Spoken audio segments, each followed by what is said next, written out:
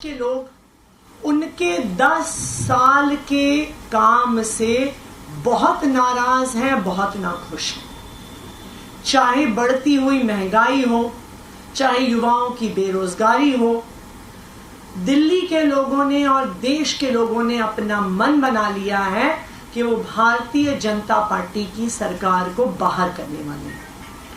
दिल्ली के लोगों ने अपना मन बना लिया है कि इस बार 7 की 7 सीट इंडिया अलायंस को देने वाले हैं। और यही कारण है कि जब से लोकसभा चुनाव की घोषणा हुई, भारतीय जनता पार्टी ने अरविंद केजरीवाल जी के खिलाफ, आम आदमी पार्टी के खिलाफ एक के बाद एक नया षड्यंत्र रचना शुरू किया।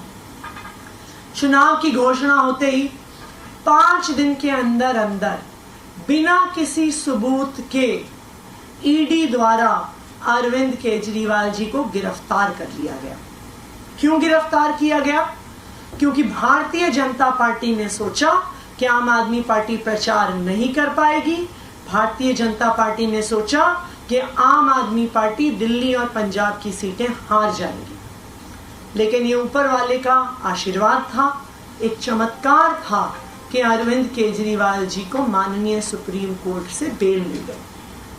जब अरविंद केजरीवाल जी बेल पे बाहर आए तो भारतीय जनता पार्टी और ज्यादा सकपका गई। जो दिल्ली की जनता का उनके लिए प्यार था, जिस तरह लोग भारी संख्या में सड़कों पर उमड़ के आ रहे थे उनसे मिलने के लिए, भारतीय जनता पार्टी ने एक एक करके और षड्यंत्र रचने शुरू किए। उन्होंने स्वाति मालीवाल जी का प्रयोग करके अरविंद केजरीवाल जी पे झूठे आरोप लगाने की कोशिश की। जब वो षड्यंत्र नहीं चला तो सालों पुराना आम आदमी पार्टी के डोनेशंस के केस को लेके आ गए और कहा कि हम इस पे ईडी का केस करेंगे क्योंकि आम आदमी पार्टी ने फॉरेन फंडिंग ली। जब ये आरोप नहीं चला तो अब भारतीय जनता पार्टी ने 25 तारीख की वोटिंग से पहले एक नया षड्यंत्र रचा है, आम आदमी पार्टी को टारगेट करने के लिए, दिल्ली के लोगों को परेशान करने के लिए। और इस षड्यंत्र के तहत भारतीय जनता पार्टी ने अपनी हरियाणा सरकार के माध्यम से दिल्ली के पानी को रोक लिया है।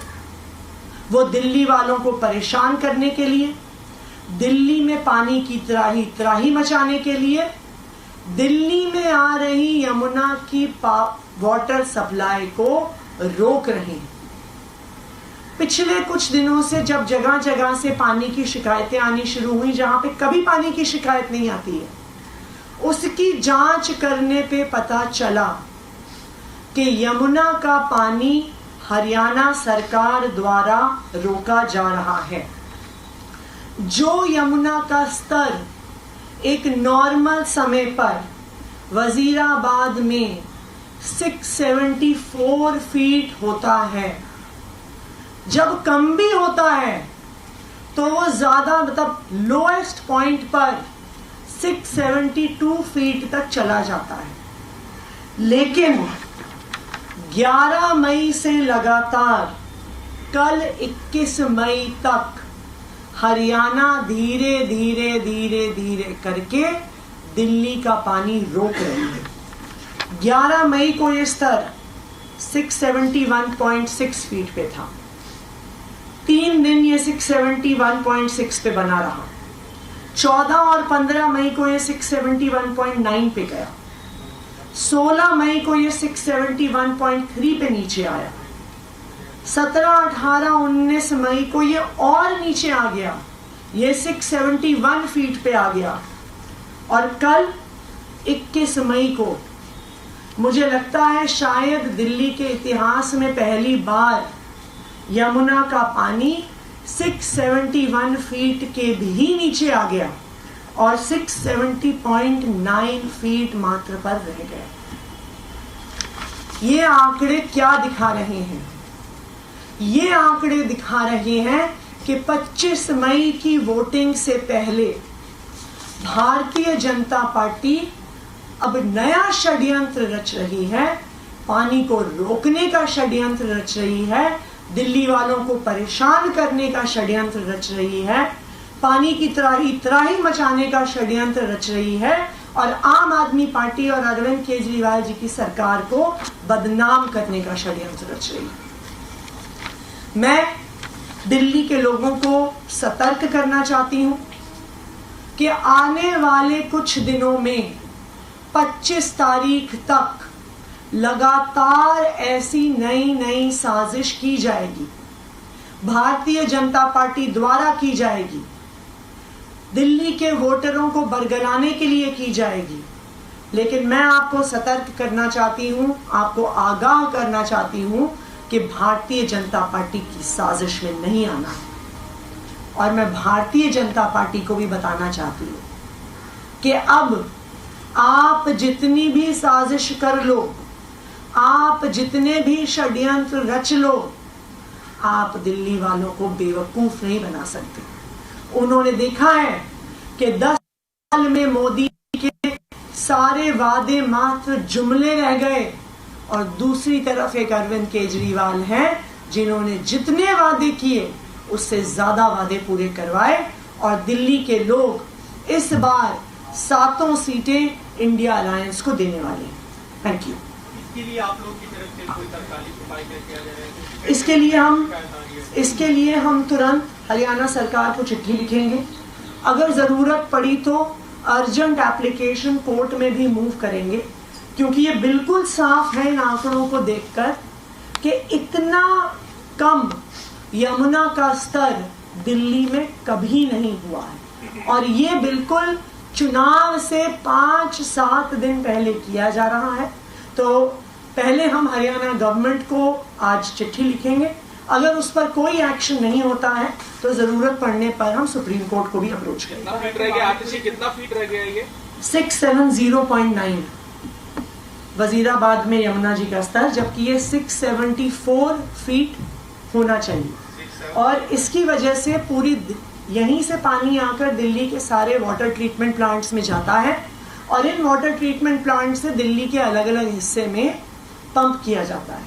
तो अगर हरियाणा षड्यंत्र करके पानी नहीं भेज रही है तो दिल्ली के अनेकों हिस्सों में इसका असर पड़ रहा है।